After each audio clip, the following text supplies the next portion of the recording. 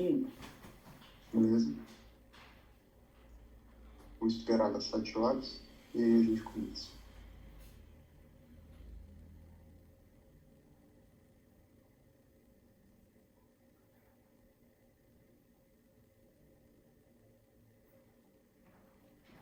Minha tela está compartilhada direitinho?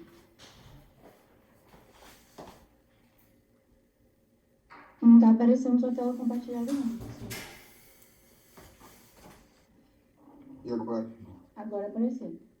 Beleza. É.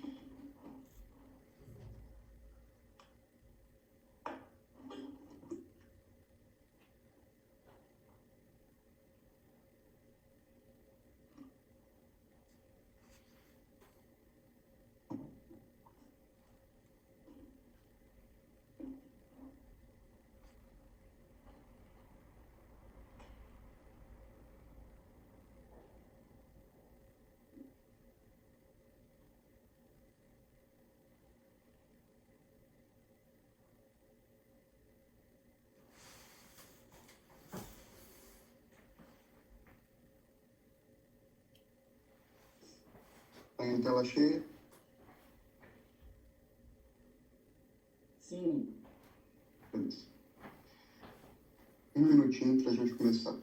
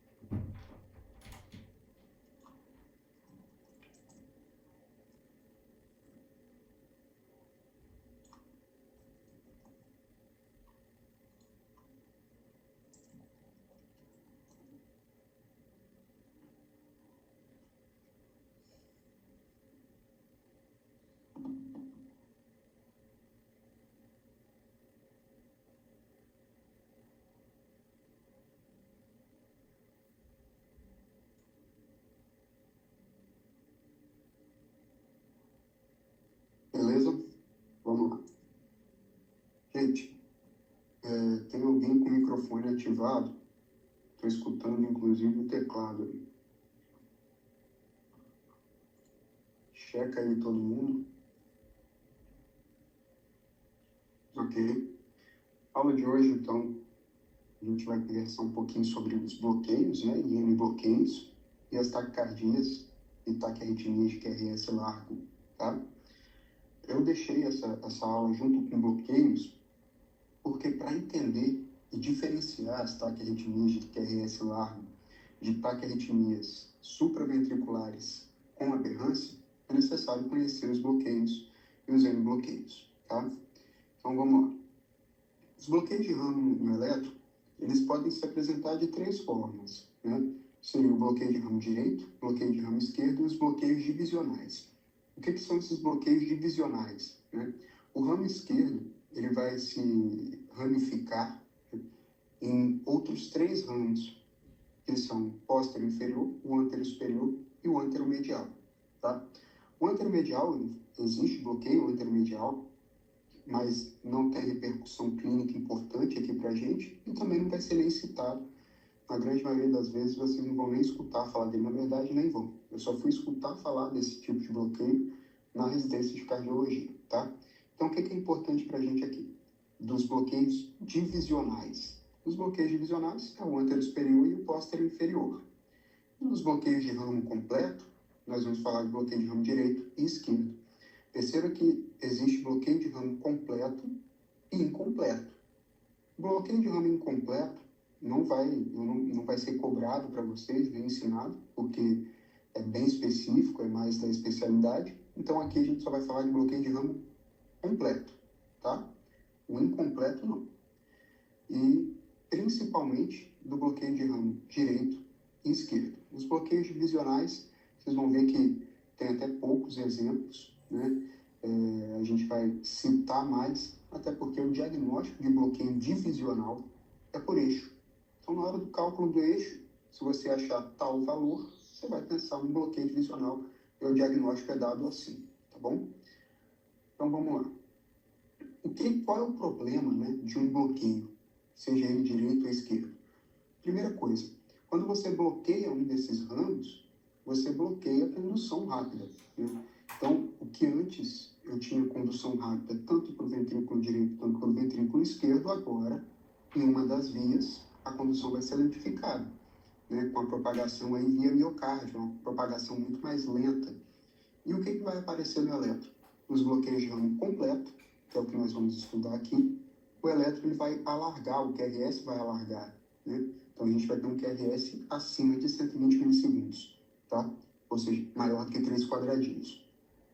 E a repercussão disso, no final das contas, é a dissincronia, né? A assincronia dos ventrículos. Um ventrículo vai bater primeiro do que o outro, mesmo que a diferença seja de milissegundos. No final das contas, isso leva ao passar do tempo, né, a um prejuízo da função sistólica, tá? Primeiro altera a diastólica e depois a sistólica, beleza? E isso vai gerar uma alteração morfológica, tanto de parede ventricular quanto eletrocardiográfica, beleza? É o que nós chamamos de remodelamento cardíaco negativo, tá? Então aqui nós vamos começar pelo bloqueio de ramo direito. É o mais fácil de reconhecer porque ele se apresenta de forma muito clara, porque lá em V1, né, na primeira derivação precordial, nós vamos ter um padrão de RS-R'. O que é esse RS-R'? Começa com uma onda R, vai para a onda S, e aonde deveria ter a onda T, sobe uma outra onda R. Beleza? A gente vai olhar o exemplo aqui e fica fácil de memorizar. E além disso, tem uma onda S lá em V6. Em V1 nem tanto, mas em V6 é mais comum, que é ela mais gordinha, ela mais larguinha, que mostra, na verdade, o atraso de condução do ventrículo direito, tá? Então, como que isso é? Como que aparece no eletro?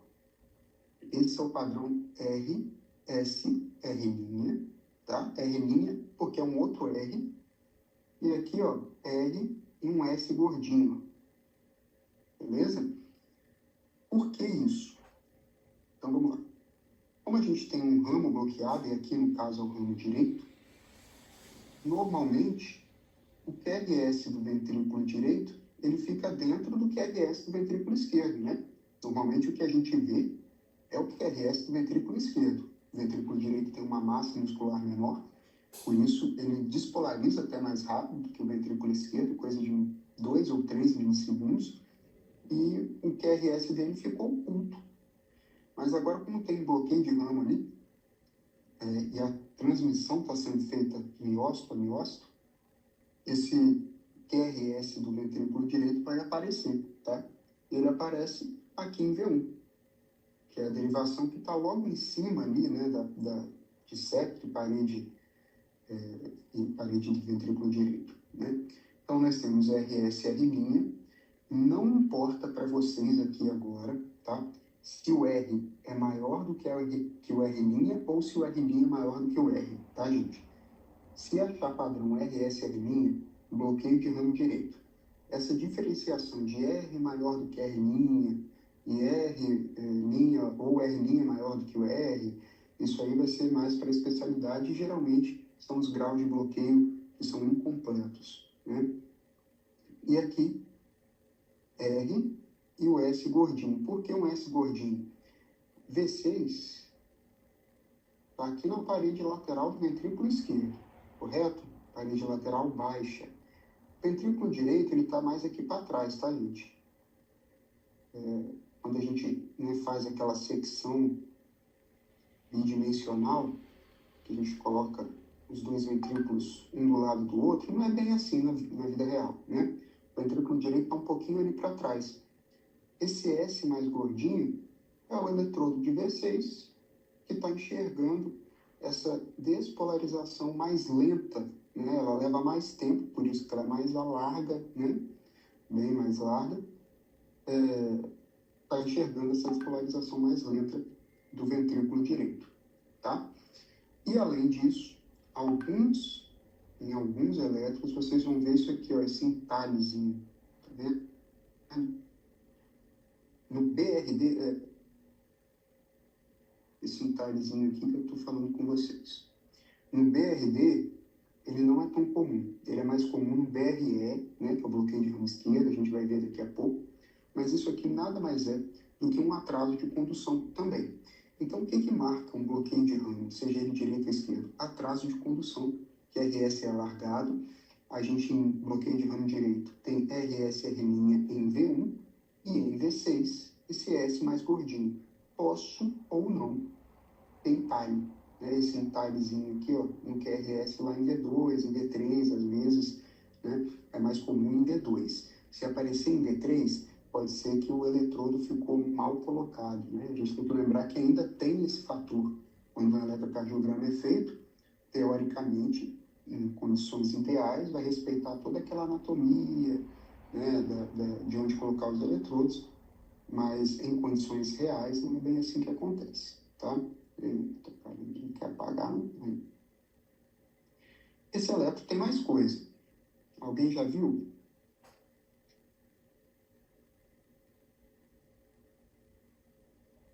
Vou dar um tempo aí de 10 segundos.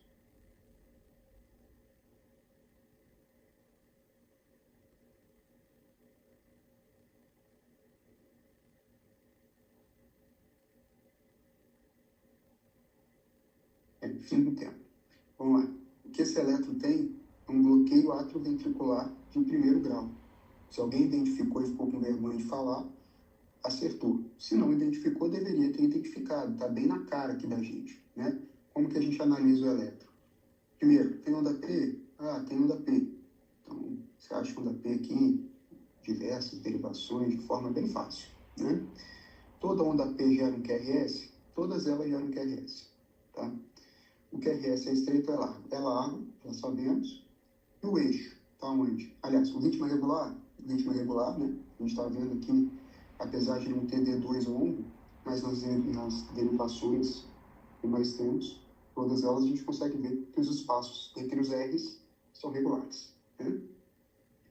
O eixo aqui, nós temos um D1 predominantemente negativo, um AVF positivo, então me fala que o eixo está para baixo e para a direita, né? Porque D1 está negativo. Então o eixo ele vai estar contido aqui, ó, entre 90 e 180 graus, tá? Vamos procurar o isodifásico? Olha, esse elétron aqui, onde ele foi exemplificado, fala que o isodifásico é AVR. Eu não concordo, tá? Aqui não está isodifásico, né? Porque esse elétron, além de bloqueio de ramo direito, ele tem um bloqueio divisional póstero inferior.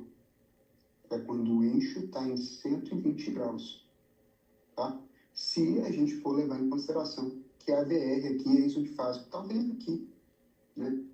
Nesse AVR daqui, ele está isodifásico. E lembrando de onde o AVR está, quando a gente for traçar aqui, ó, voltando 90 graus, a gente tem 120, voltando não, né? Somando. O AVR, ele está aqui. Estou usando todo o meu talento de paint aqui para...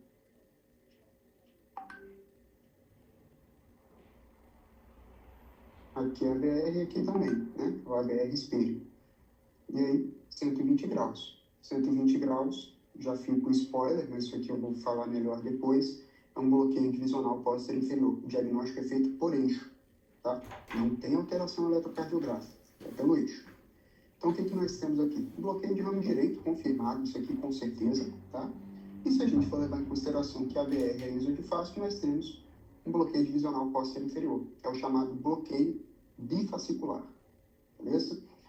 Não precisa saber, né, de bloqueios bifasculares, trifasculares, fica aqui mesmo, só como curiosidade para vocês. Então, nós temos aqui, além disso tudo, um bloqueio também atrioventricular de primeiro grau. O PR, né, na hora que a gente for traçar, está acima de 200 milissegundos, está em torno de 210, 220 milissegundos, tá? E se eu procurar, eu acho mais alguma coisa, hein? Mas não, é só isso mesmo, tá, gente? Até aqui, alguma dúvida?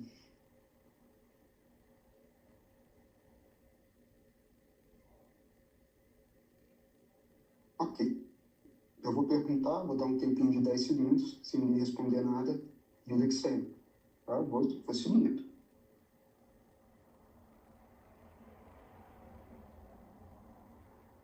E aí as causas de bloqueio de ramo direito, né? Bloqueio de ramo direito é uma coisa que você pode encontrar até em gente que não tem doença alguma, tá? Geralmente um homem jovem pode aparecer com bloqueio de ramo direito, que aí seria bloqueio idiopático. Ele não tem condição clínica alguma, vai fazer só acompanhamento, é lógico. Se você achar um bloqueio de ramo direito, você tem que procurar saber por que esse cara tem bloqueio de ramo direito. Mas por vezes não é doença, tá, gente? É só um atraso de condução do ramo direito que é comum em homem jovem, tá? Doença degenerativa do sistema de condução, ou seja, aqui a gente já vai pensar em pacientes mais idosos.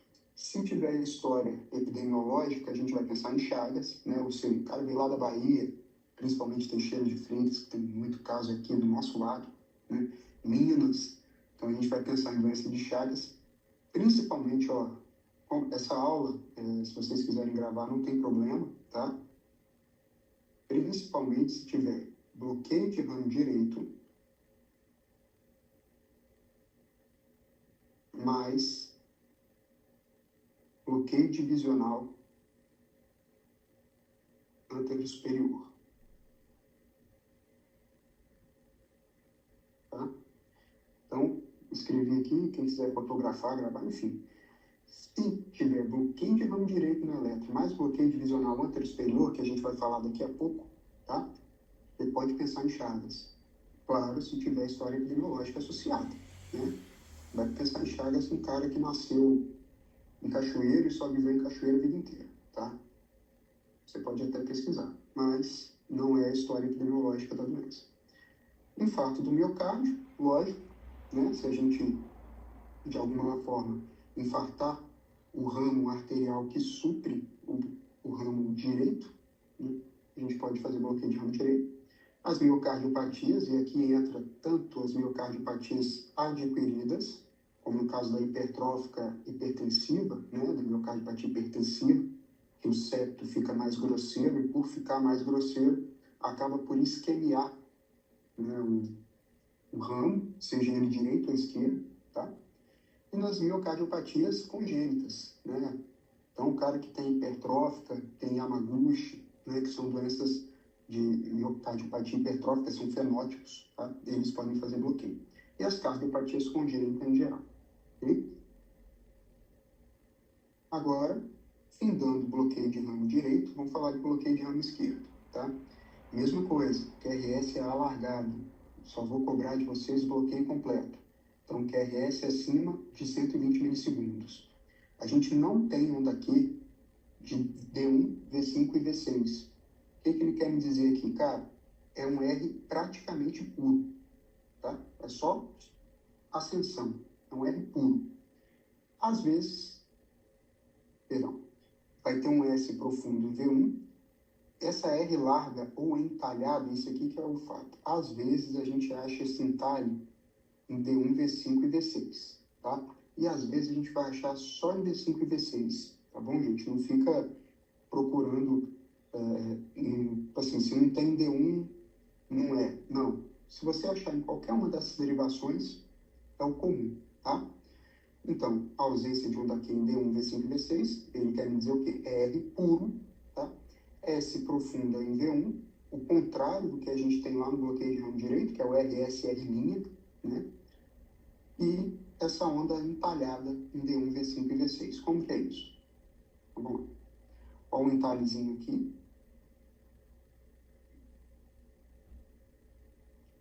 Olha, gente, percebe que aqui fez um RSR', tá vendo? Isso aqui não é comum, tá? Isso aqui que apareceu não é comum. Esse RSR', esse paciente aqui deve estar fazendo, tá? Isso aqui vai ficar, não vai ser cobrado assim de vocês, Isso aqui deve ser uma instabilidade de condução. Esse RS-R' aqui, um bloqueio de ramo esquerdo em V5 não é comum, tá? Comum é esse entalhezinho aqui que a gente está vendo. Então, ó, um entalhe em V6, X profunda em V1, né? E olha como é que a fase de transição, acredito que eu já tenha citado isso para vocês, mas se eu não citei, vale a menção aqui agora. O que é a fase de transição? Quando você pega um elétron sinusal normal de qualquer pessoa, V1 é negativo, né? Afinal de contas, só você pensar na posição do eletrodo de V1, ele está olhando mais ou menos a despolarização do septo e está sempre olhando a seta, né? A flecha descendo, o vetor descendo, vai despolarizar a ápice e depois as paredes livres do ventrículo, tá? E aí em V2, ainda assim, ele é negativo, mas ele é menos negativo, começa a aparecer uma onda R. V3, a R vai ficando maior do que a S. V4, a R já é maior do que a S, né? Tem mais R do que S. Isso é chamado fase de transição, tá? É porque cada um daqueles eletrodos ali agora, eles começam a avaliar mais o quê? Ventrículo esquerdo. Então é comum que a gente tenha mais R, né, do que S. Lembra que a onda R é quando a seta, o vetor, está vindo na nossa direção. Então, se eu estou vendo mais ventrículo esquerdo, e é ali o alvo, né, da eletrocardiografia, vai ficando mais positivo cada vez mais que eu vou vendo o ventrículo esquerdo, tá? Percebe que aqui apareceu um S também largo, tá vendo? Tá? Mais uma vez, marca que esse paciente muito provavelmente tem uma instabilidade de condução. Ele pode estar fazendo um bloqueio total, tá? É o que chamamos de bloqueio supra-iciano. Bloqueou, né, tudo ali, ainda não é o capaz de fazer um BAVT, você vê que o P ainda conduz, né, está conduzindo o QRS, mas começou a alargar o PR já está acima de 200, tá? Esse aqui é um candidato que logo vira um BAVT. Mas o que eu quero de vocês aqui, S profunda em V1, com R empalhada em V6, D5 também, e ó, D1 tem um entalhezinho, tá? Não apareceu isso, gente? Bloqueio de ramo esquerdo, tá bom? Aqui a conversa é outra. Lá no bloqueio de ramo direito, a gente falou o seguinte: o paciente pode ter de forma idiopática bloqueio do ramo direito, completamente assintomático, né? E sem repercussão clínica nenhuma, né? Só que no bloqueio de ramo esquerdo, a gente vai fazer sempre o diagnóstico diferencial com doença isquêmica, tá? Por quê? O ramo esquerdo ele é mais irrigado anatomicamente do que o direito, tá? E aí, para você bloquear o ramo esquerdo, normalmente tem doença isquêmica grave, ou hipertensiva, né, septal grave, tá? Se for mais velho, a gente pensa em degenerativa. Então, assim, o paciente chegou no pronto-socorro com dor no peito, não tem supra, né? A gente olha aqui, não tem supra de nivelamento, é inclusive a próxima aula, mas não tem. Só tem alteração de repolarização secundária ao bloqueio. Mas tem bloqueio de ramo esquerdo, a não ser que esse paciente chegue para você e fale, olha, eu já tenho essa alteração, meu cardiologista acompanha, ou ele mostra em eletro que ele de fato já tem bloqueio de ramo esquerdo. Isso aqui, bloqueio de ramo esquerdo com dor torácica, bloqueio de ramo esquerdo novo, né, que o cara não tinha antes, apareceu agora, é igual ao infarto com supra, tá? Então, se chegar um cara para você no pronto-socorro, ele não sabia que tinha esse bloqueio, você vai presumir que esse bloqueio é novo, e tem dor no peito, é igual ao infarto com supra. Tem que ficar esperando positivar a troponina, não. Esse cara aqui é transferência, é vaga zero, tá? Então, bloqueio de ramo esquerdo tem essa conduta, beleza? Vamos analisar o eletro agora em miúdos, tá? Tem onda P? Tem onda P. Toda onda P conduz um QRS. O QRS é largo, né? Maior do que 120 milissegundos. Os RR são regulares, certo? O intervalo PR é alargado, então aqui a gente está diante de um bloqueio atrioventricular de primeiro grau associado a bloqueio de ramo esquerdo. a frequência cardíaca ainda não alterou aqui, né, a frequência está em torno de 80, 90 batimentos, tá? Tem alteração de repolarização secundária ao bloqueio, e é isso. Esse é o laudo eletrocardiográfico desse eletro. Posso seguir? Tem alguma dúvida?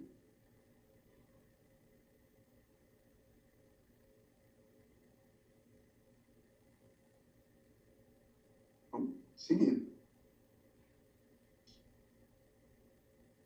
Deixa eu só ver aqui uma coisa.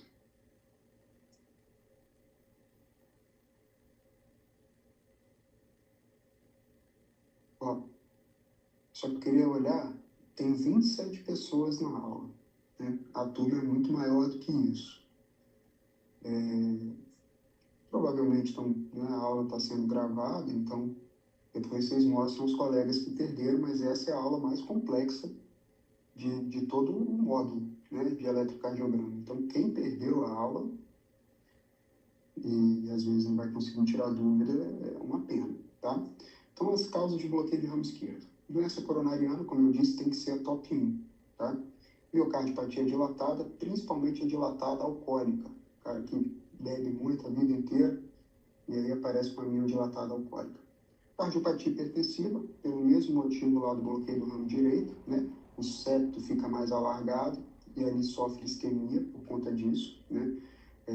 Ele perde a capacidade de elasticidade, né?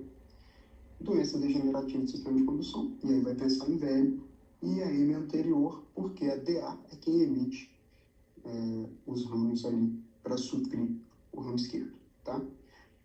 Agora os bloqueios divisionais. Cara, bloqueio divisional é o seguinte, é um eletro que pode ser completamente normal.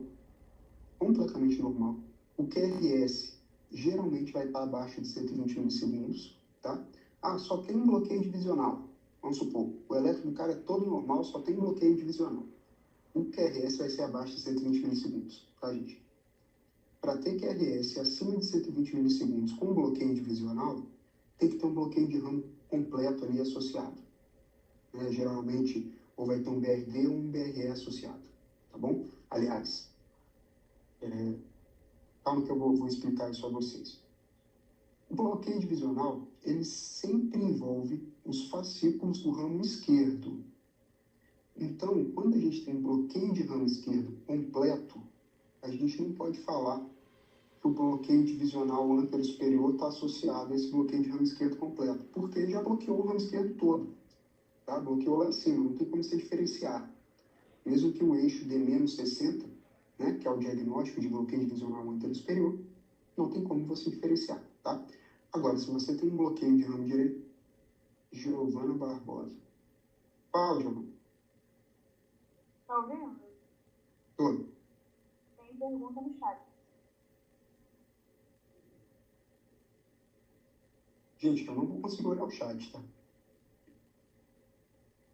Quando for para perguntar, pergunta aqui. Professor Leonete, posso afirmar que o BRE está sempre associado a uma condição patológica, enquanto o BRD pode ser fisiológico? BRD fisiológico não, mas o BRD pode ser idiopático e sem repercussão clínica, tá? O BRE é sempre patológico, sempre. O BRE sempre vai causar um prejuízo, tá? Responde sua pergunta? Show, professor, obrigado. Beleza. Pessoal, eu não consigo ver o chat, então, assim, pode desmutar e perguntar.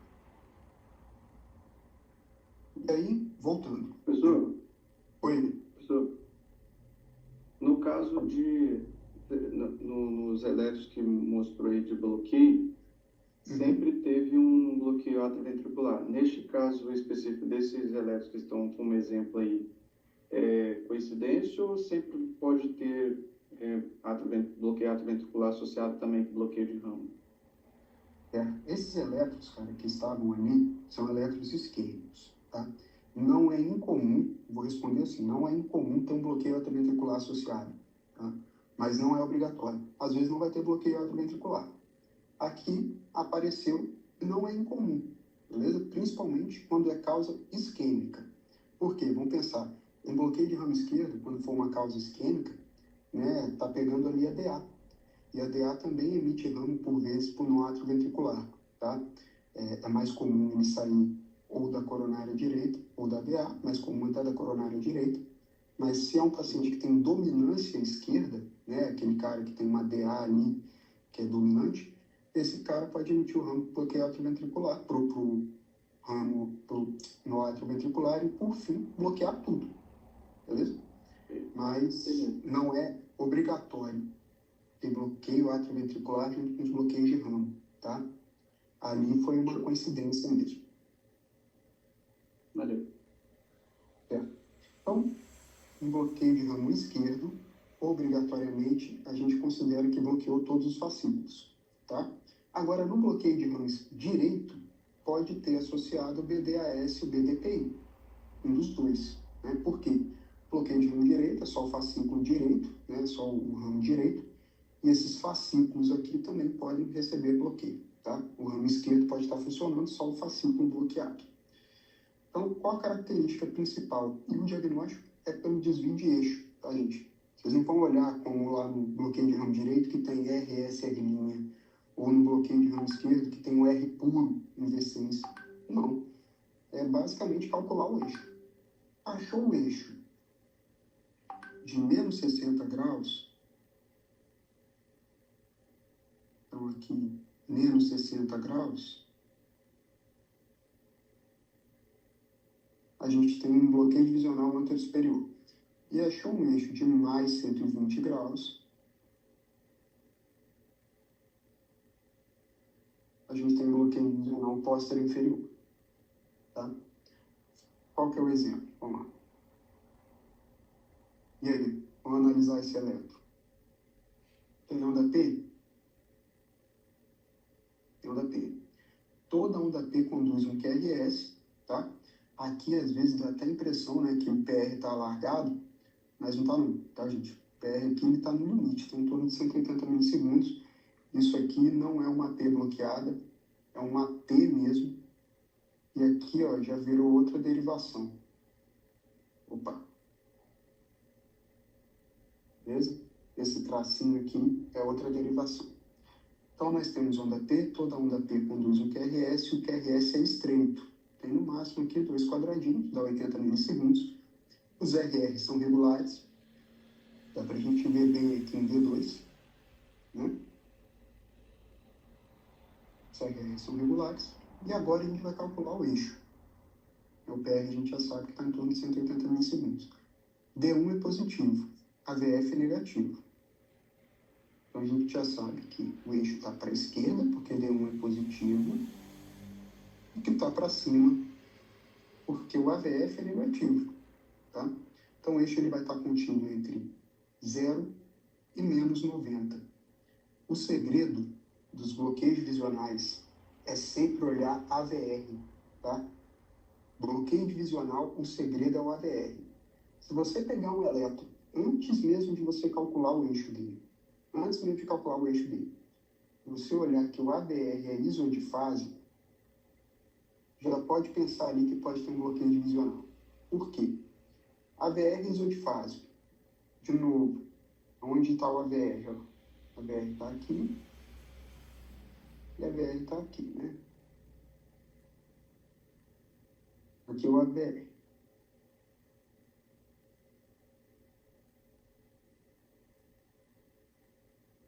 Então, a AVR está a cerca de 30 graus.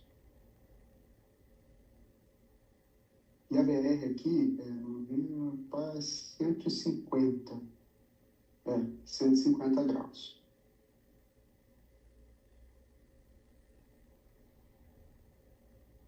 E eu volto 90, né? Ou seja, 30 positivo menos 90 vai dar menos 60. Então a gente chega aqui no bloqueio divisional anterior superior, tá? Se, né, o AVR está aqui a mais ou menos 150 graus, eu ando em 90 graus para cá, ó, né, vai dar 150 menos 90 vai dar 60 também. Beleza? Entenderam? Professor, uma dúvida. Uhum. Nesse caso, o elétron estaria todo normal, a única diferença é que teria um desvio, nesse caso, à esquerda? Nesse caso, desse elétron aqui que a gente está vendo, ele está todo normal, tá? Mas poderia ser um elétron, por exemplo, um infarto. Tem um infarto aqui de parede anterior e você viu esse desvio. Bloqueio divisional anterior-superior indifere se o elétron é patológico ou fisiológico. Ele é basicamente um diagnóstico por eixo. Se o eixo você achou em menos 60 graus, cara, bloqueio divisional anterior-superior. Só você colocar isso, mas o paciente é assintomático, beleza. Mas o diagnóstico dele é por eixo, tá? Esse eletro aqui está todo normal. Não tem nada nele que me chama a atenção no seu bloqueio divisional. Responde sua pergunta? Ok. Beleza. Vamos seguir. E aqui agora, o mesmo eletro lá do começo da nossa discussão em BRD, para mostrar o seguinte. Se a gente considera que AVR é isodifásico aqui nesse início, tá? Tem que ter muita força de vontade para considerar isso, mas o livro considerou, né? Nós temos um bloqueio divisional posterior inferior, porque D1 é negativo, então o eixo está à direita, ao invés de estar para a esquerda. ABF é positivo, o eixo está para baixo, então o eixo vai estar contido entre 90 e 180 graus, correto? Se ele está entre 90 e 180, eu vou procurar o isodifásico. O isodifásico é AVR novamente. A AVR está ali, né, em 30 graus.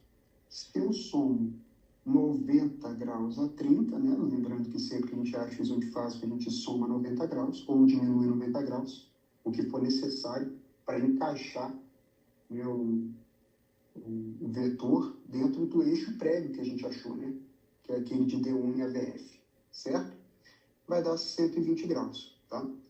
Então, se eu achei no meu eixo 120 graus, é bloqueio divisional posterior inferior.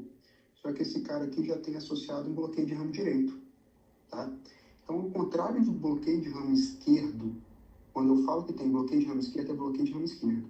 Não vou falar que tem bloqueio de ramo esquerdo mais bloqueio divisional anterior-superior. O bloqueio do ramo esquerdo bloqueia todos eles, ok? Mas no bloqueio de ramo direito, eu posso ter associado bloqueio divisional posterior inferior ou anterior-superior, tá, gente?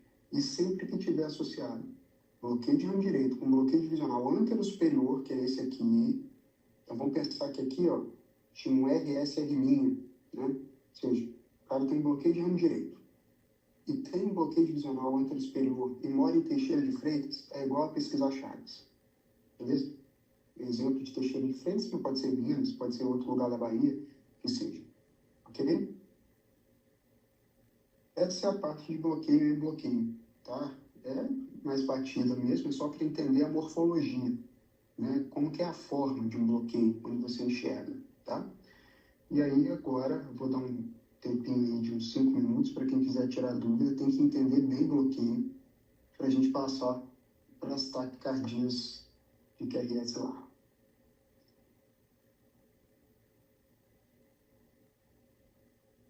5 minutinhos, pô.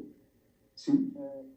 Nós já temos algumas coisas no elétrico. Como que nós vamos, talvez na questão, classificar o diagnóstico específico? Como, por exemplo, achou um bloqueio lá atrioventricular e também achou um bloqueio de ramo. Tem essas duas coisas. Qual o critério para a gente definir o diagnóstico? Na questão, né, a gente está falando de prova, tá? Na questão da prova só vai ter uma resposta. Não vai ter lá letra A, bloqueio atrioventricular, letra B, bloqueio de ramo esquerdo. Tá? Então, na prova, só vai ter a alternativa que pertence a mim. Na vida, você vai laudar como eu falei, né? É um bloqueio atrioventricular de primeiro grau associado a um bloqueio de ramo esquerdo, a frequência cardíaca tá tal, entendeu? Mas na prova de vocês, que é objetiva, né, a única coisa que vai ter lá, só vai ter uma alternativa correta, tá? Beleza. Como já aconteceu, por exemplo, essa questão aqui, ó, eu coloquei essa questão na prova anterior, lá do quinto período, aí da turma que acabou de sair, tá? E eu tinha considerado ela como um bloqueio divisional póstero inferior e coloquei também no gabarito bloqueio de ramo direito, tá? Quem marcou o bloqueio de ramo direito e quem marcou o bloqueio divisional póstero inferior acertou, né? Eu acertei os dois gabaritos, não anulei a questão, porque tinha as duas respostas lá, tá? Mas normalmente vai ter só a resposta correta.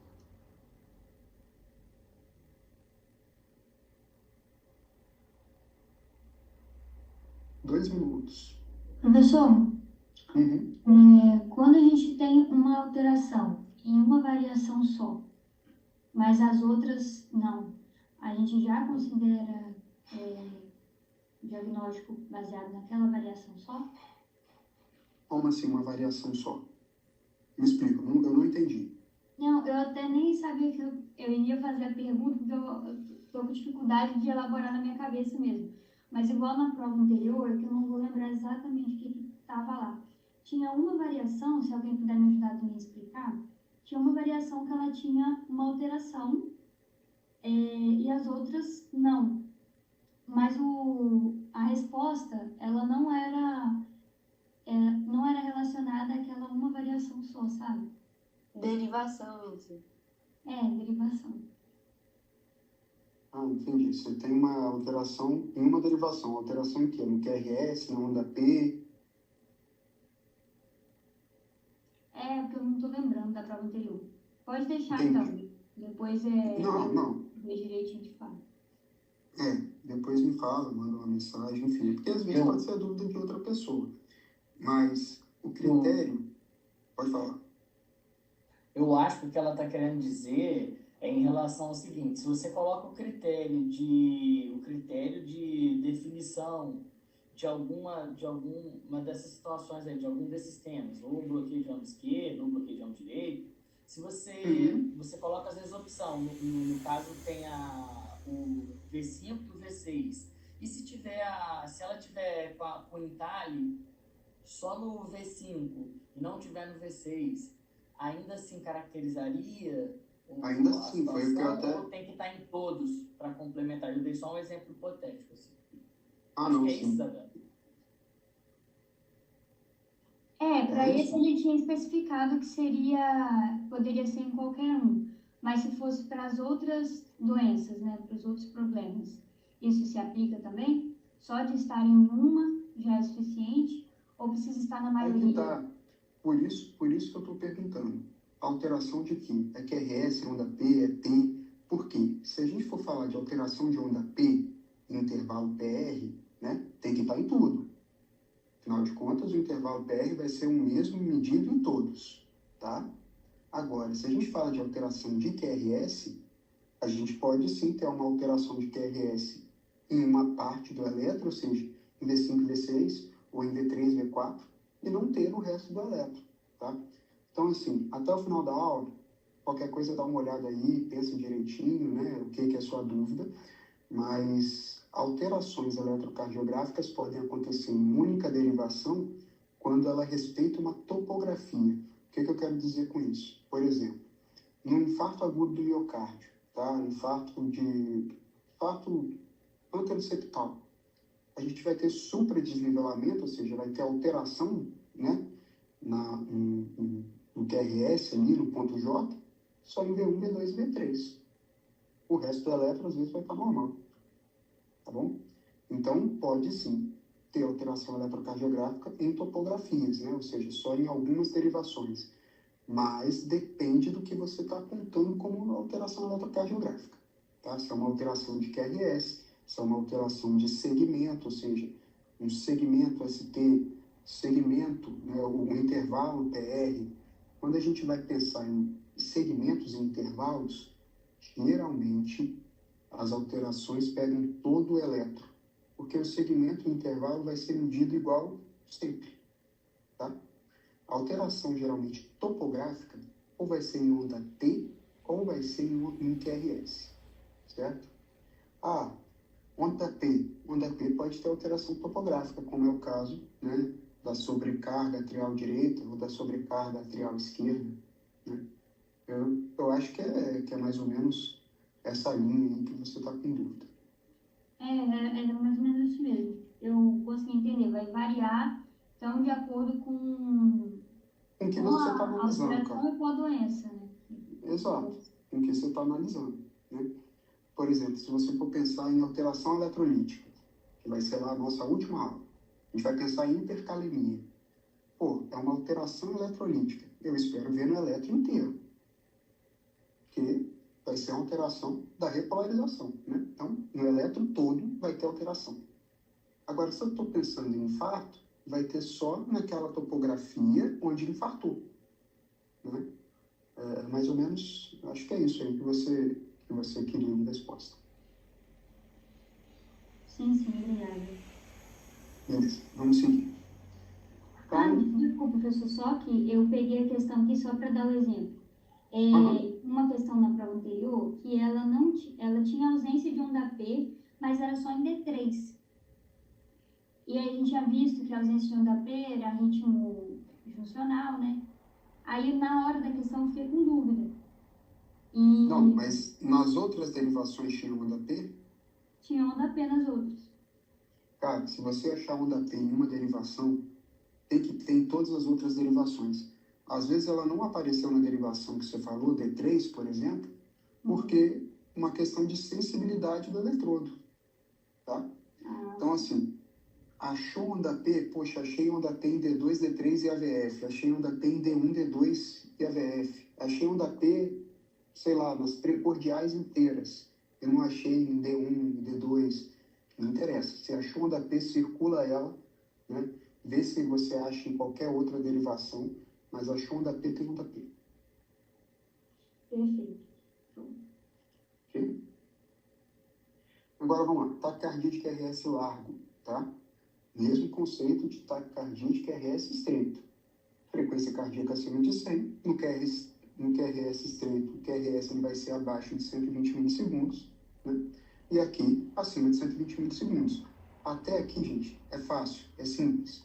Principalmente porque na vida real, vocês só vão precisar estudar isso aqui com mais afinco agora, né? Para fazer prova. Principalmente porque na vida real, você vai considerar toda a taquicardia de QRS largo, até que se prove ao contrário, uma taquicardia ventricular. Porque 80%, 85% é taquicardia ventricular, tá? Então, por que você vai considerar? Primeiro, porque a maioria é taquicardia ventricular e porque taquicardia ventricular é um ritmo de parada, né?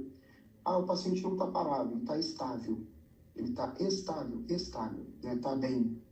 Em taquicardia de QRS largo, aí sim, você pode fazer uma ciência em cima ali para tentar ver se trata-se de uma taquicardia ventricular. Ou se tem uma taquicardia supraventricular, por exemplo, uma fibrilação atrial num paciente que já tem bloqueio de ramo esquerdo. Tá? Por quê? Bloqueio de ramo esquerdo já dá um QRS alargado, né? A fibrilação atrial vai ter um ritmo, vai ter uma taquicardia, um ritmo irregular, mas vai ser um ritmo irregular com QRS largo. Então, ali você pode pensar, opa, é uma taquicardia ventricular ou uma taquicardia supraventricular, no caso da FA, com condução aberrante, né? Condução aberrante é quando tem um bloqueio de ramo associado, tá? Por isso, para explicar taquicardia de QRS largo, eu coloquei junto com as aulas de bloqueio, né? E bloqueios, que fica fresco na cabeça e aí a gente consegue chegar no ápice da aula, né? Que são os algoritmos de Brugada e Verikey com mais facilidade, tá? Então vamos lá. Causas de QRS largo, né? Taquicardia ventricular disparada, a primeira delas, né? Entre 80% e 85%, em algumas literaturas até 90% dos casos. Por que 90% dos casos?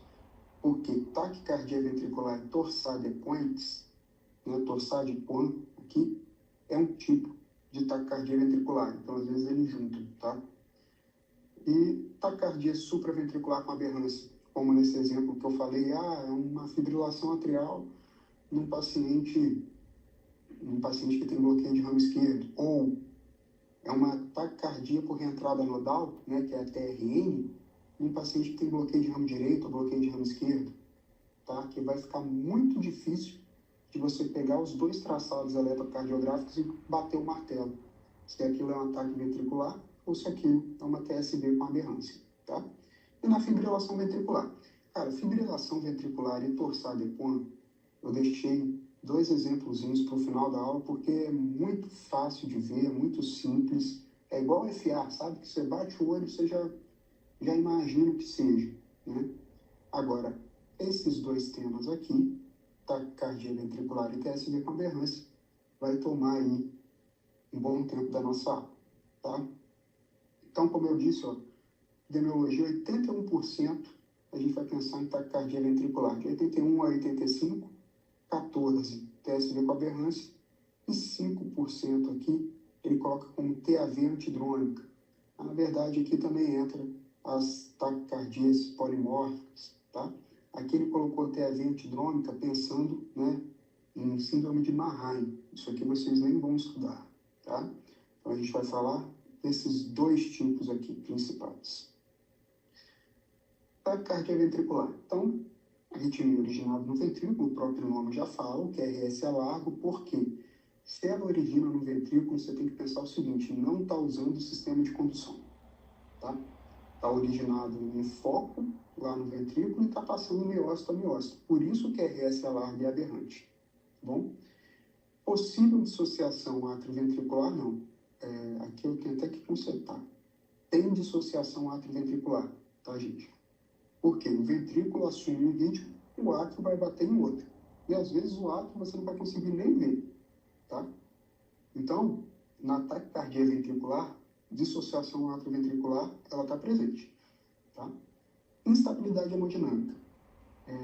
Na grande maioria das vezes, cursa com instabilidade hemodinâmica. Não sei se vocês aí, nesses estágios, chegaram a ver algum paciente com taquicardia ventricular, mas é um ritmo que o paciente costuma bater em frequências acima de 170, 180, tá? E é um ritmo muito ligado à isquemia. Então, é um ritmo que geralmente mostra uma cicatriz de infarto prévia no paciente isquêmico atualmente, né? Por isso que geralmente cursa com instabilidade. Mas tem paciente que é completamente assintomático, o máximo que sente é aquela sensação de taquicardia mesmo, né? Do peito batendo um pouco mais rápido, e mais nada, tá? Vocês não têm a CLS, né? Parece que vocês têm que fazer a CLS à parte.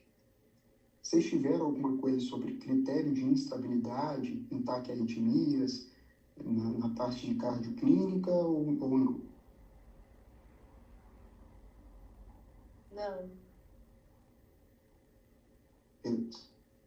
Só para a gente deixar aqui pontuado, porque às vezes eu posso colocar uma questão, né, dissertando um caso e ter ali critérios de instabilidade. Então, quais são os critérios de instabilidade? Dor no peito, tá? Alteração do nível de consciência, hipotensão. Até aí tudo bem?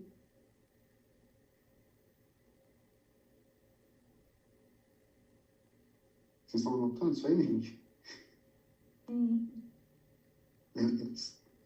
Então, esses são os 3 principais. Beleza? Professor, Oi. é dor no peito e o quê? Alteração de nível de consciência, Isso, obrigado. hipotensão, dispneia. Anotou? Dispneia? Foi. Então, são esses os principais, tá? Esses são critérios de instabilidade, beleza? Serve para tudo, não é só para cardiologia, não, tá? Qualquer outra emergência que chegar, são esses os critérios de instabilidade. Então, eletro de taquicardia ventricular. Quando você olha um eletro desse aqui, isso aqui você consegue ver no monitor, você não precisa nem pedir para fazer eletro. É lógico que você tem que documentar, tá, gente? Então, o paciente está instável, o cara está em ritmo de parada, faz um eletro 2 derivações para mim. Não. Isso vai ser um completo idiota se você pedir isso. Você vai pedir um eletro 2 derivações no ataque cardíaco ventricular se o paciente estiver estável, tá? Ou se ele oferece ali a mínima possibilidade de suportar o eletro, né, o tempo que leva para fazer o eletro. Senão, você tem que tomar a conduta desse cara, salvar a vida dele e depois você se preocupa em documentar, tá? Então, são ritmos que você consegue ver muito bem no monitor. Você vê aqui que é um ritmo monomórfico, ou seja, numa mesma derivação, em D2, eu vejo uma mesma forma de onda, tá? Então, todas as ondinhas aqui iguais, ó. VL, todas as ondinhas iguais, certo? Você não consegue ver aqui o que é a onda T, o que é a onda P e o que é QRS, tá? Isso é a marca da taquicardia ventricular, beleza? Aqui, gente, não tem dúvida. Se você pegar um eletro desse com essas características, não existe dúvida de que isso é uma taquicardia ventricular, tá? Dúvidas? Seguinte. Etiologia da taquicardia ventricular, já passei para vocês, muito comum, miocardiopatia isquêmica, Chagas, infarto do miocárdio, né? Síndrome de Brugada, que aí a gente já vai levar para a parte congênita, né? Uma doença canonicular, e síndrome do QT longo, tá? QT longo, já falei para vocês que não vou cobrar intervalo QT, mas eu ensinei um macetinho, para vocês eu não ensinei não, vou ensinar. Eu ensinei para o P10, que é quem vai lidar mais com pronto-socorro agora, mas eu vou pegar um eletro aqui e vou ensinar um macetinho do QT longo para vocês, tá? Eu não cobro QT porque precisa ser corrigido pela frequência cardíaca e para isso, né, tem que ter ali uma calculadorinha, aplicativo e tal. E isso, é lógico que eu não ia dar esse gostinho para vocês na prova, né, de ter um celular para poder calcular QT, tá? Então, essas são as etiologias da taquicardia ventricular. Agora é aqui que as coisas começam é aqui que a aula fica um pouquinho mais difícil, mas nada impossível, tá? TSV com aberrância. TSV, gente, taquicardia supraventricular, trocando em miúdos, é uma taquicardia que inicia acima do ventrículo. Então pode ser desde ali da junção átrio-ventricular, né, até nos átrios. Então pode ser uma taquicardia atrial, pode ser um flutter, pode ser uma fibrilação atrial, né, pode ser uma TRM, né, que é uma taquicardia por reentrada nodal, tá? Pode ser qualquer coisa disso, certo? Só que, por vezes, vai estar associado, esse cara ele já tem um bloqueio de ramo direito, ele já tem um bloqueio de ramo esquerdo, e a frequência está tão alta, né? Às vezes a frequência está lá 180, 190, 200, que você simplesmente não consegue diferenciar uma TSV, que é uma taquicardia supraventricular, de uma taquicardia ventricular. E aí, para a gente conseguir diferenciar, a gente vai ter que lançar a mão de algumas ferramentas, são algoritmos, tá? Existem vários algoritmos, vários. Tá? Eu separei os 2 algoritmos que são os mais importantes na cardiologia. Um é o mais famoso e o outro é o mais simples. Qual que eu vou cobrar? Qualquer um dos 2. Tem que saber os 2, beleza? Então, causas. Tem que ter bloqueio de ramo associado, pode ter isquemia, e por isso está alargando o QRS, e pode ter alteração eletrolítica. Como a gente viu, o cara que tem, a gente não viu, vocês não viram ainda, né, mas vocês vão ver que o cara que tem uma hipercalemia, ou seja, está com potássio muito alto, ele alarga o QRS. Então, às vezes, esse cara faz um ataque sinusal, alarga o QRS e não sabe se é um ataque cardioventricular ou se é um ataque supra com aberrância, tá? Conduta prática. Isso aqui para a vida de vocês, não é para a prova. O cara está instável. Se o cara está instável, o tratamento é igual, é cardioversão. Beleza? O cara está instável, é cardioversão. O tratamento é igual, cardioversão elétrica sincronizada. O cara está parado, o cara parou. Pô, se você não consegue diferenciar se é uma taquicardia ventricular de uma TSV com aberrância, você vai chocar esse cara, você vai desfibrilar, você vai tratar como taque ventricular, tá? Agora, é um cara que está estável, aí é importante você descobrir e diferenciar, porque o tratamento do estável é diferente, né? Um você vai usar antiarrítmico, às vezes o outro você vai ter que fazer, né, anticoagulação antes e controlar só a frequência, tá? Então, por isso, né, do paciente estável há necessidade de diferenciar.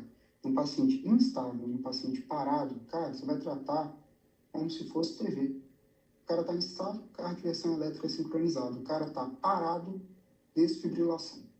Ok? Vai tratar como TV. Aí, esse eletro, cara, é um eletro diferente, mas eu coloquei ele propositalmente aqui. É uma taquicardia supraventricular com aberrância. Beleza? Já estou dando diagnóstico a vocês.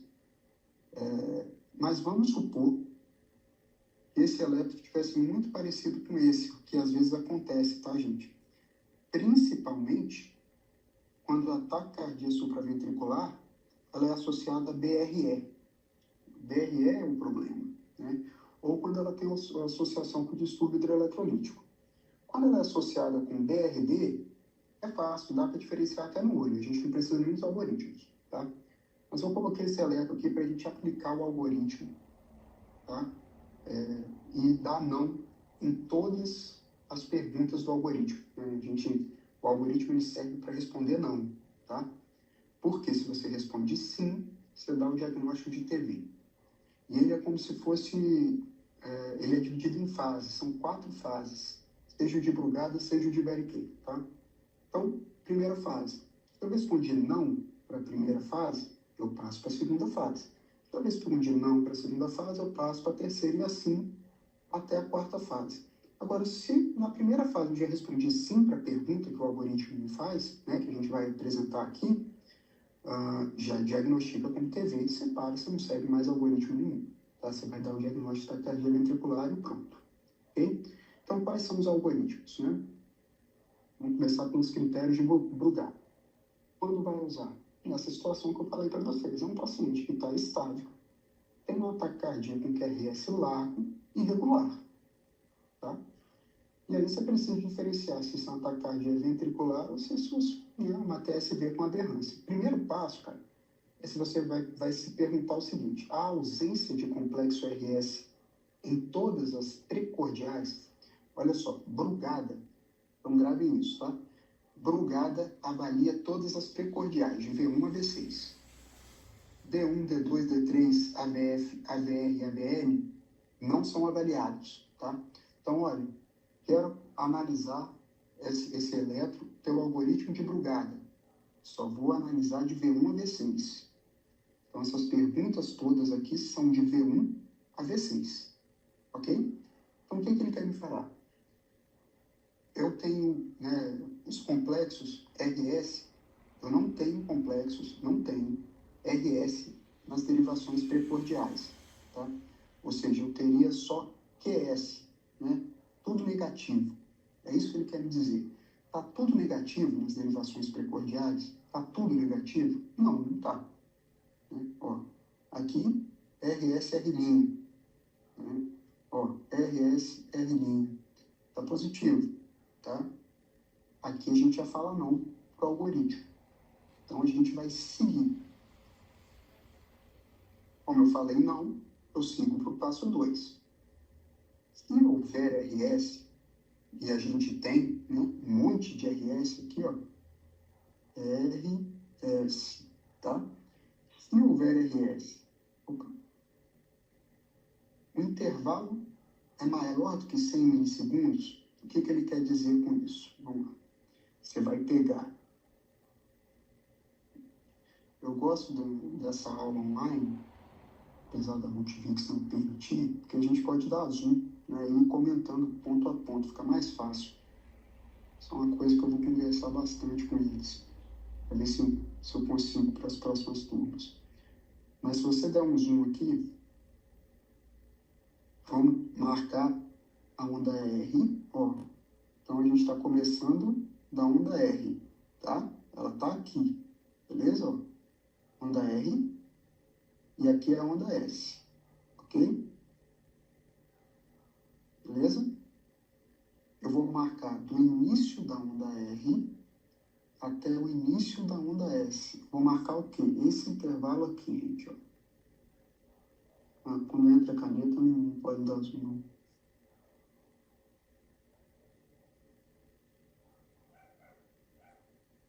Vou marcar esse intervalinho aqui.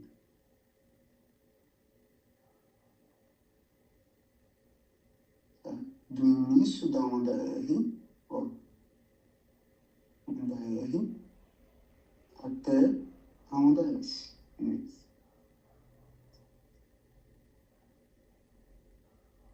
Tô pegando a outra onda S, perdão.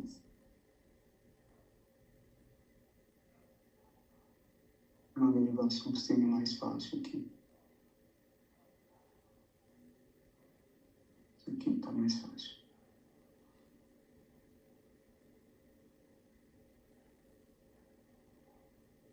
Esse aqui é mais fácil. A D6. Você vai pegar do início da onda R, ó, que é essa, até o pico da S. Tá? Então, esse intervalo de 2 quadradinhos, a caneta acabou passando em cima, mas é do início da R até o pico da S. E você vai pintar essa parte aqui. Tem 2 quadradinhos. Se tem 2 quadradinhos, deu 80 milissegundos, tá?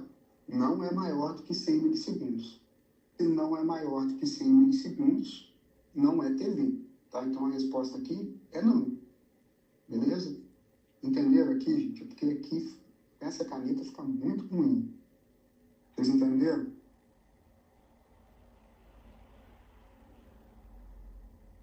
Sim. Sim? Então tá. Então, início da R até a onda S, o pico dela aqui, o nadir, né? Você vai pintar essa área toda aqui, ó. E se você achar que ela está abaixo de 100 milissegundos, não é taquicardia ventricular. Se estiver acima de 100 milissegundos, é taquicardia ventricular, tá? Já respondemos não para 2 passos. Vamos para o passo 3. A dissociação atrioventricular, então lembra que eu disse para vocês, taquicardia ventricular tem dissociação atrioventricular, que é o ventrículo assumir o ritmo. O átrio vai bater no ritmo dele, né? Só que esse passo 3 aqui, o cara que consegue responder esse passo 3, ele tem um olho muito bom, que é muito difícil, tá, gente? Só se a frequência estiver ali em torno de 120, né?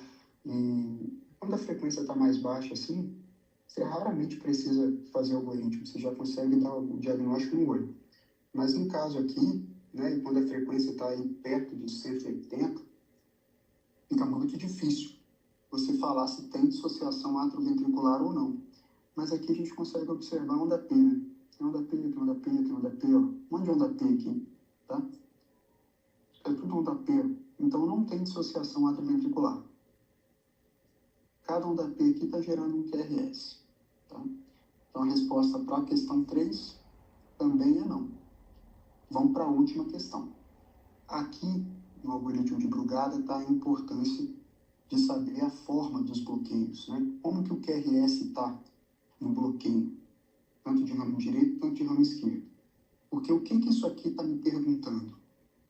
Olha, eu tenho morfologia de bloqueio, então eu olho esse elétron, eu estou vendo que isso aqui tem forma de bloqueio de ramo direito, ou se isso aqui tem forma de bloqueio de ramo esquerdo.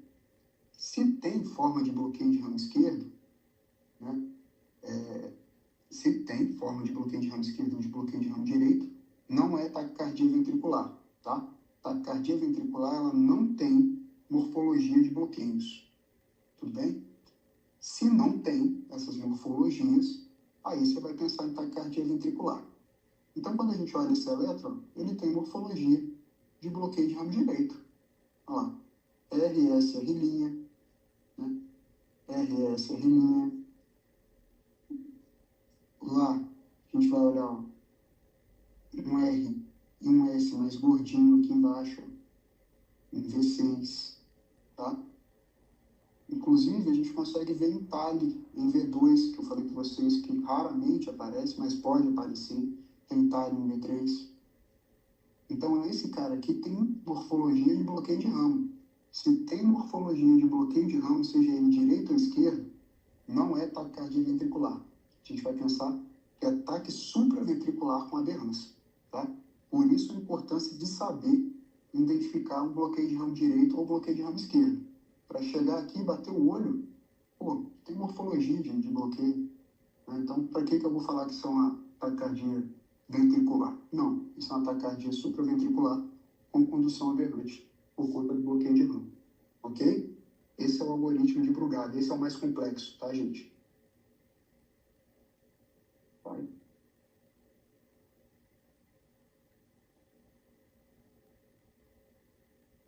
E agora, critérios de Very-Kay. Very-Kay, ele é bem mais tranquilo, tá?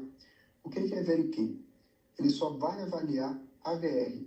Você vai pegar o elétron inteiro e vai excluir. Você só vai focar na derivação AVR, tá? E aí, ele vai fazer as 4 perguntas dentro da derivação de AVR. Tudo bem? Então, vamos lá. Primeiro passo.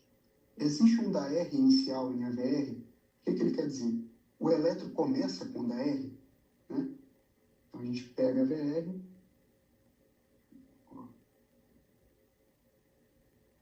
O elétron aqui, ele começa com AR.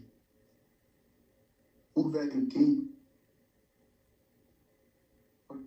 volta, calma, Pedro. Pode falar, Pedro. Professor, você pode só repetir de novo, por favor, o passo 4 de Brugada? Porque eu estava vendo aqui, está escrito assim, existem critérios morfológicos de taquicardia ventricular em V1, V2 e V6. Aí você já falou algo sobre se tem bloqueio ou não. Isso. Se tem bloqueio, cara, não tem critério de taquicardia ventricular. É isso que esse critério quer dizer, entendeu? Se você acha uma morfologia de BRD ou uma morfologia de BRE nessas derivações, V1, V2 e V6, tá? Você já vai apontar que isso não é taquicardia ventricular. Isso é bloqueio de ramo junto com uma taquicardia supraventricular.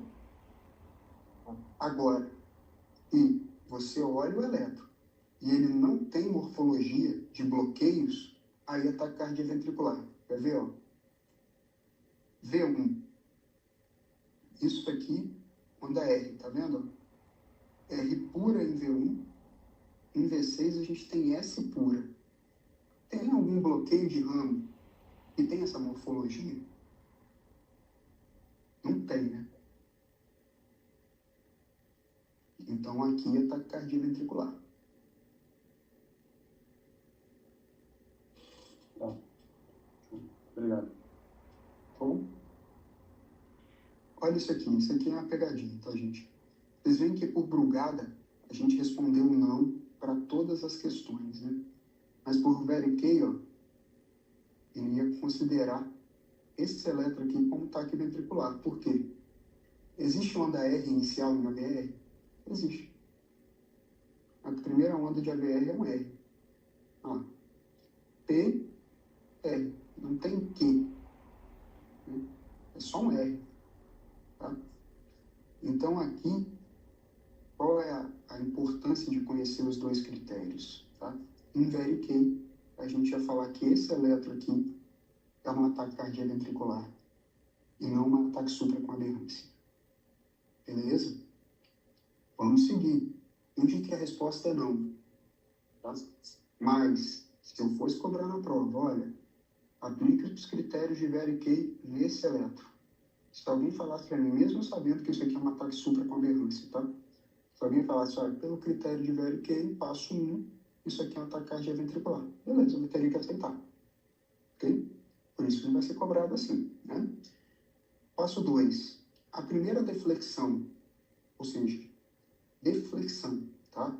R ou Q em AVR tem mais de 40 milissegundos.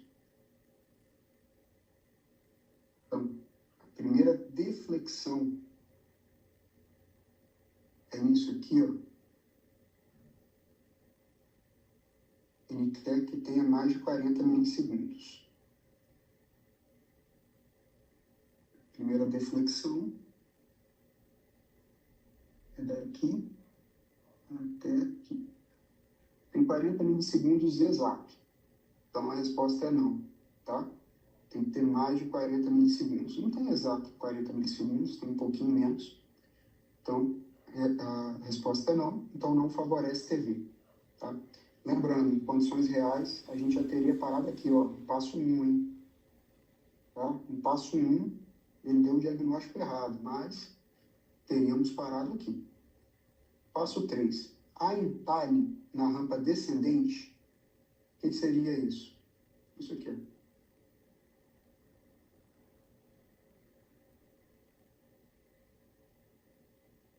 Tá vendo aqui esse entalhezinho em AVL? A gente veria esse entalhezinho aqui, ó, na rampa descendente, tá?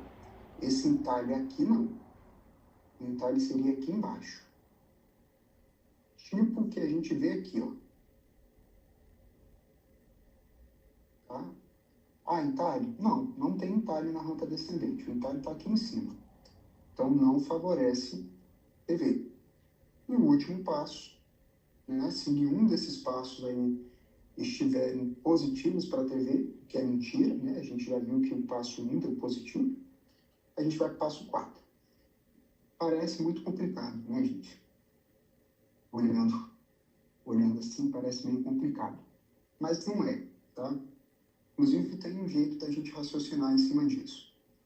Vamos lembrar, antes de eu mostrar como é que é feito o cálculo. A taquicardia ventricular, ela não usa o sistema de condução, né?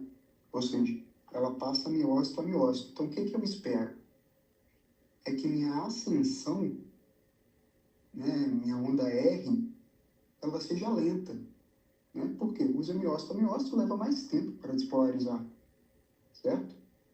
Já na taquicardia supraventricular com aberrância, ela vai usar sistema de condução, seja no ramo direito ou esquerdo. Ela vai usar um dos ramos de condução. Então, ela até começa a despolarizar rápido. O que esse critério aqui quer me falar? VI é a velocidade inicial. VT é a velocidade final. Tá? Se minha velocidade inicial ela é maior, ou seja, é mais rápida do que minha velocidade final, eu vou pensar em taquicardia supraventricular com aberrância, tá? Que a minha velocidade inicial é mais rápida, ou seja, usou o sistema de condução. Beleza? Agora, se minha velocidade inicial ela é mais lenta do que a velocidade final, aí eu vou pensar em taquicardia ventricular. Por quê? Não usou o sistema de condução. Ela está conduzindo fibra a fibra. E como que eu vou medir essas velocidades? Há uma constante. A gente vai pegar os primeiros 40 milissegundos, ou seja, o primeiro quadradinho, tá? E o último quadradinho. E vamos traçar uma reta ali, tá? Então, como que é isso? A gente vai lá em AVR. A gente vai pegar esse primeiro quadradinho aqui, ó, e vai traçar uma reta ali. Vocês veem que pegou a VR inteiro, né? Pegou tudo aqui. Você vai pegar isso aqui, marca texto. Deixa eu ver se eu consigo fazer isso.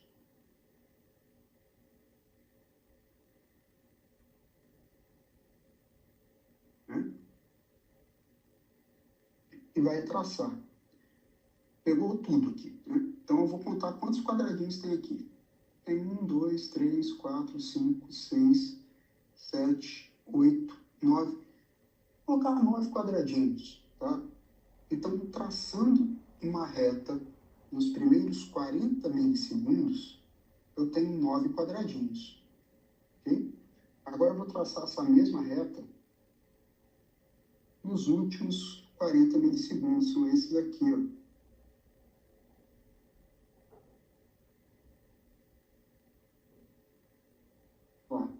Pegou só, sei lá, 3 quadradinhos, 9 sobre 3 dá maior do que 1, né? Na verdade, 9 dividido por 3 dá 3, maior do que 1, não é taquicardia ventricular, ok?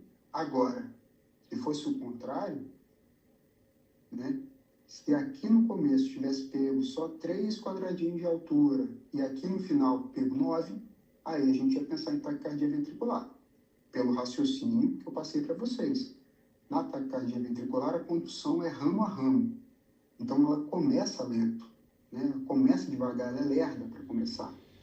Então, essa rampa aqui, ó, sobe mais lenta, tá? Já na taquicardia supraventricular com aberrância, essa rampa sobe mais rápido. Por quê? Ela pega a autovia, né? autoestrada, que é o sistema de condução. Então, esse é o racional por trás do quarto passo de Brugada, tá?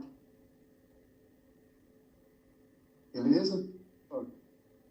Sim. Rapidinho. Naquela segunda marcação, você pode voltar lá na tela, por favor? Posso?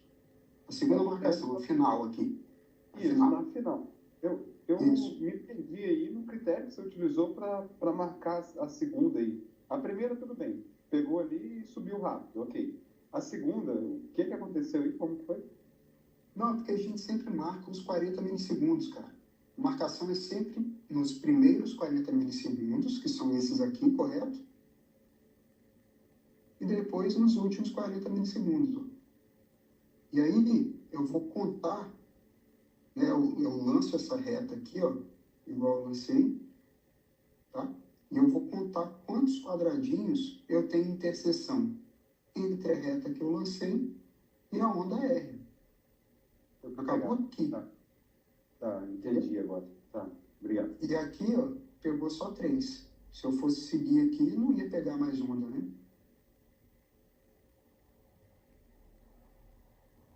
Entendeu? Entendi, certo. Perfeito. Então, isso é o que tem de mais complexo pra gente. Agora, só para... Aí, quando usar o algoritmo, cara, falei a aula inteira, né? Quando você tiver uma dúvida, tá? Limitações importantes. Nas taquicardias pré-excitadas, tipo Wolff-Parkinson-White, que é uma TAV, a acurácia é menor, às vezes ele erra, tá? E pode ser muito bem o caso aqui. O PR é curto, tá vendo? Tem um PR curto, parece ter uma onda delta, mas difícil da gente falar que é uma onda delta porque ela começa até muito rápido, tá? Então a acurácia dos critérios, ela diminui. E às vezes pode acontecer o erro que aconteceu, inclusive, aqui ao vivo, né? O critério 1, o passo 1, ele deu positivo para taquicardia ventricular, mesmo ali não sendo uma, tá? Não substitui o raciocínio clínico, óbvio, né? Critério nenhum substitui raciocínio clínico, algoritmo nenhum, tá? Eu fiz clínica médica, então eu fiz clínica médica escutando o tempo inteiro. A clínica é soberana e realmente é, tá? E deve ser integrado aí, né? Se o paciente está estável ou instável, como eu falei com vocês. Está estável? Você tem tempo, vai raciocinar, faz ciência, né? Agora, está instável, cara, você vai tratar como taquicardia ventricular e ponto. Dane-se se esse cara tem um ataque supraconvergência, né? Você vai tratar o que mata. O cara que está instável, taquicardia ventricular e ritmo de parada. Você vai tratar o que mata, beleza? Agora vamos para as duas que são mais simples, tá? Torsades-de-Pointes é uma taquicardia ventricular, mas é uma taquicardia ventricular polimórfica. É diferente disso aqui, que é monomórfico, né? A gente vê que todos eles têm a mesma formazinha, né, nas suas respectivas derivações. Tudo tem a mesma forma de onda, tá? É bem irregular, é bem... até agradável o olho, né? Já na Torsades-de-Pointes, não. Ela é polimórfica. É associada, grande parte das vezes, à hipomagnesemia, tá? Não é exclusivo da hipomagnesemia, mas é associada à hipomagnesemia porque perde a estabilidade da membrana do miócito por conta da queda do magnésio, tá? Também associada à síndrome do QT longo, seja ela congênita ou adquirida. Síndrome do QT longo adquirida, como? Ué, com uso de droga, amiodarona, por exemplo, tá? Pode fazer QT longo. Beta-bloqueador é mais comum de alterar o intervalo PR.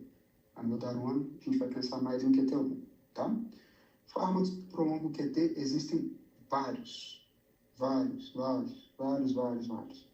Desde os antimaláricos aí da vida, né, que você vai usar para malária, até os que a gente usa corriqueiramente, né, como a amiodarona que eu acabei de citar. Beleza? Um eletro, vamos ao que importa. Isso aqui, ó. D3. A gente está variando aqui só D3. Esquece as outras derivações. Tem hora que a amplitude, né, tem hora que o eixo é positivo, tem hora que o eixo é negativo, tem hora que tem uma morfologia, tem hora que tem outra morfologia, tá vendo? tem várias morfologias em uma mesma derivação, tá? Isso aqui é torçado por AVF, várias morfologias em uma mesma derivação. É como, ó, você está vendo aqui, ele muda tanto a amplitude das ondas, quanto, né, a polaridade delas, né? Aqui está negativo, aqui está positivo. É como se o coração estivesse torcendo, tá? Por isso o nome torsade pulmo, tá? Ora ele está positivo, ora ele está negativo, é como se ele estivesse torcendo lá dentro da cavidade torácica. Beleza? Tratamento aqui é desfibrilar, mas você primeiro faz 2 gramas de magnésio, se o paciente estiver estável. Se ele estiver instável, é desfibrilação, 200 joules. Beleza? Não vou cobrar tratamento na prova, tá, gente? É porque é impossível a gente falar, né, essas coisas sem citar tratamento. E fibrilação ventricular. Então, nessa aula aqui, a gente falou dos 2 únicos ritmos chocáveis do universo, né? Fibrilação ventricular e taquicardia ventricular. Todo o resto é não chocável. Então, olha a importância da aula. Aqui você vai reconhecer os 2 únicos ritmos chocáveis do universo, que é a taquicardia ventricular sem pulso, porque com pulso é cardioversão elétrica sincronizada, sem pulso é desfibrilação, tá? E fibrilação ventricular, beleza? Então, fibrilação ventricular, gente, não preciso nem falar muito aqui, tá? A atividade elétrica ventricular completamente desorganizada é a fibrilação atrial no ventrículo, né? Você não sabe o que é onda R, onda S, onda P, onda Q, você não vê nada, tá? Você só vê um tremor de linha de base mais grosseiro, tá? É um traçado caótico, ele é irregular, não tem onda P, não tem QRS, você não consegue identificar nada, tá? E ela pode ser grosseira ou fina. O que ele quer me dizer aqui? Ela começa grosseira e vai ficando fina até evoluir para a sistolia, tá? Então, ele me dá esse caminho. Se você pega uma fibrilação ventricular grosseira, como essa, ela acabou de começar. Aí, se você der o choque no cara, grande chance desse cara voltar, tá? Aí você vai dar um choque, né? Aí é desfibrilação, não é cardioversão, 200 joules. Beleza? Em desfibrilador bifásico e monofásico, 360 joules. Esse cara aqui começou a fibrilação ventricular agora, tá? Agora, se você pega uma linha que está mais fina, essas ondinhas estão mais fininhas aqui, esse cara já está parado aí há 1, 2 minutos, talvez, tá? Esse cara aí tem grande chance de evoluir para assistolia, tá?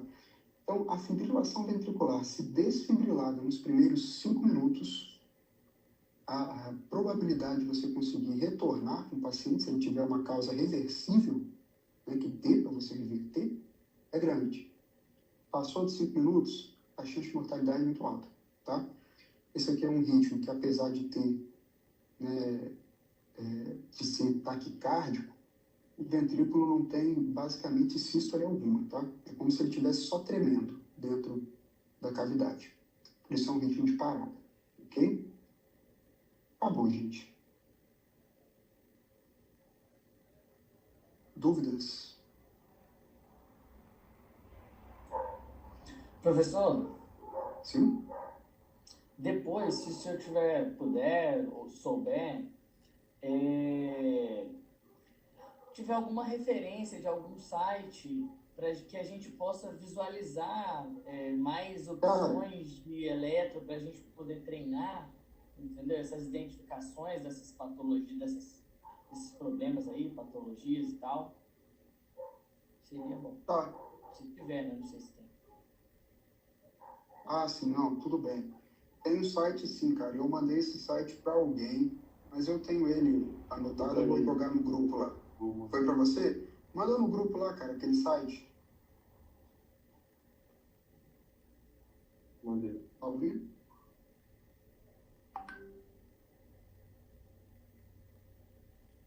Ele mandou no grupo, professor. Show. Algum de vocês gravou a aula?